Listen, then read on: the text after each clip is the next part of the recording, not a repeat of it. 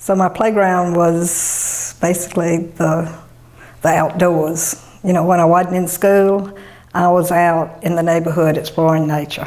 And, you know, I watched while some of my favorite places to play were bulldozed. Maybe the seeds of conservation were probably sowed in my mind even back in those days. I was somewhat of a tomboy, climbing trees, digging in the dirt for worms, catching bugs, you know, just being in nature, you know, more so I didn't have any real woods around me, but it was just the natural world.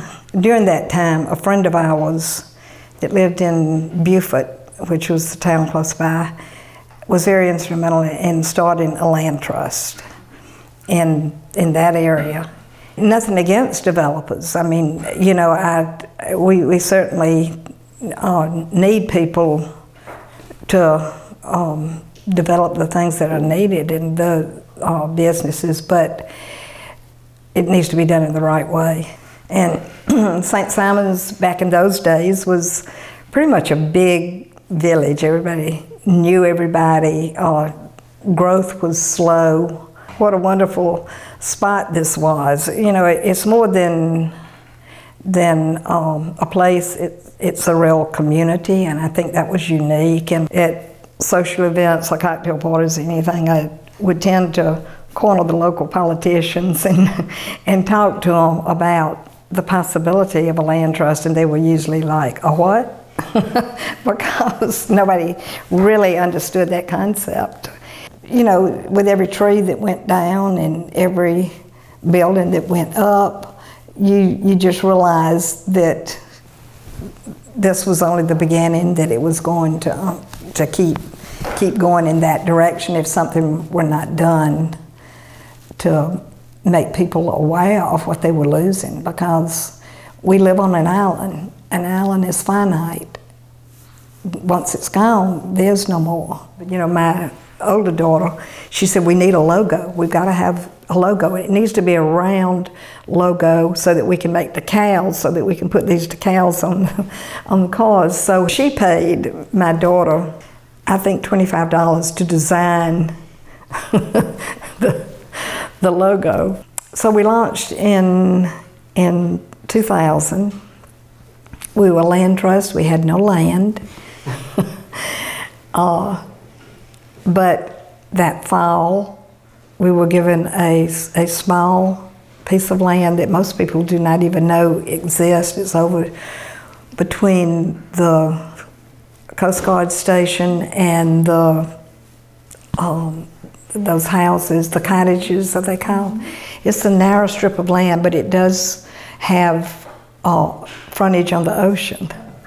And he put that into a conservation easement for us. That was our first piece of land, followed shortly by Dorothy Gilbert, who gave us the land that the Gilbert Nature Trail is on now. Really, probably the thing that brought us the most attention was when we were able to preserve what we call the Chances station up here on the corner. So we were able to raise money, and with that our membership blossomed, because I think it gave us a lot of credibility.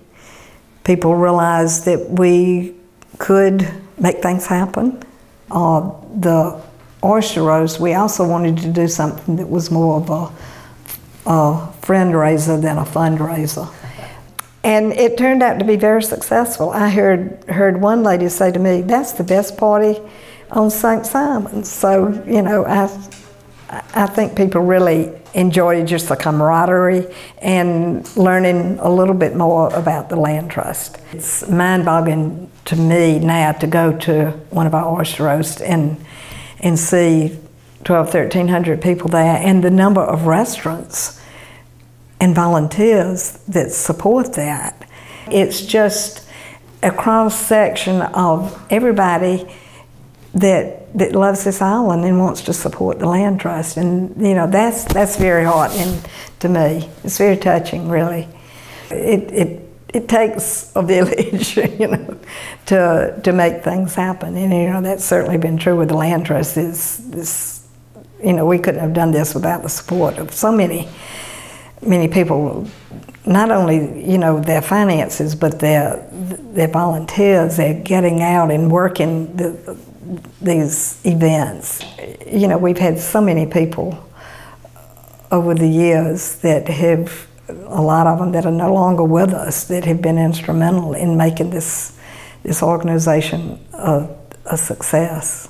If I started naming the people that have made significant contributions to this organization, you know, I'd be here half the night. People tend to think that once you have these properties, they're saved, but it takes a lot of maintenance. It takes a lot of stewardship of these lands. We learned that very dramatically during the hurricanes that we experienced, because, you know, we lost so many trees and there was so much damage to the area. And, you know, that's the land trust responsibility, and we see that as a responsibility to keep these lands safe and available to the public. The high schools, the elementary schools, I'd even love to see the younger ones get out there and learn about the environment and the care that it takes to make sure that it's always there. You know, what I wish for with the land trust is that we had started a lot sooner than we did. You know, there were some properties that we really wanted that we missed out on because we weren't organized at the time, and then there was some that we missed out on because we didn't have ready cash. There's a quote that my husband told me when we were dating that really impressed me, and when we were organizing the land trust, it became my mantra. And Ben used to laugh at me all the time because I would always bring up this quote. And it is, make no little plans, they have no magic to move men's souls. And that just was an inspiration for me as we were struggling with the land trust, is let's don't make little plans, let's dream big. You know, they may not happen, but there's a good chance that